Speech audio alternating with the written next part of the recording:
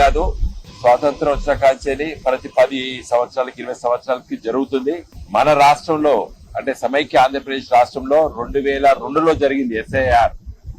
తదనంతరం మళ్ళీ ఈ సంవత్సరం జరగబోతున్నది. దీనిపైన మాకు కొన్ని అనుమానాలు ఉండే. మరి గ్రామీణ ప్రాంతాల్లో పట ఓటర్ మహాశయులు భయాందోళనకు గురి కావద్దు, కొన్ని డాక్యుమెంట్స్ సబ్మిట్ చేయాలి, ఇవన్నీ కూడా వార్తల్లో పేపర్లో వస్తున్నాయి. కాబట్టి దానిపైన మేము కొన్ని సూచనలు చేశాము. వాళ్ళు కూడా కొన్ని అభిప్రాయాలు, వారు చేసేటువంటి కార్యక్రమాలు అవన్నీ కూడా చెప్పారు. మరి కొత్త ఫోటో ఇవ్వాలి అని అంటున్నారు. మరి పేద వర్గాలు ఉంటారు, ఫోటో లేని వాళ్ళు ఉంటారు చాలా మంది. మరి వాళ్ళకు మీరు తీస్తారా, election commission of India photo తీస్తారా, లేదా వాళ్ళే తీసుకోవాలని కూడా అడిగాము. అడిగితే ఆల్రెడీ ప్రీ ప్రింటెడ్ ఇదివరకు ఓటర్ లిస్ట్ లో ఉన్నటువంటి ఫోటో ఉంటుంది అని కూడా వారు సమాధానం ఇవ్వడం జరిగింది. అలాంటి మరి రిలేటివ్స్ అని అంటున్నారు.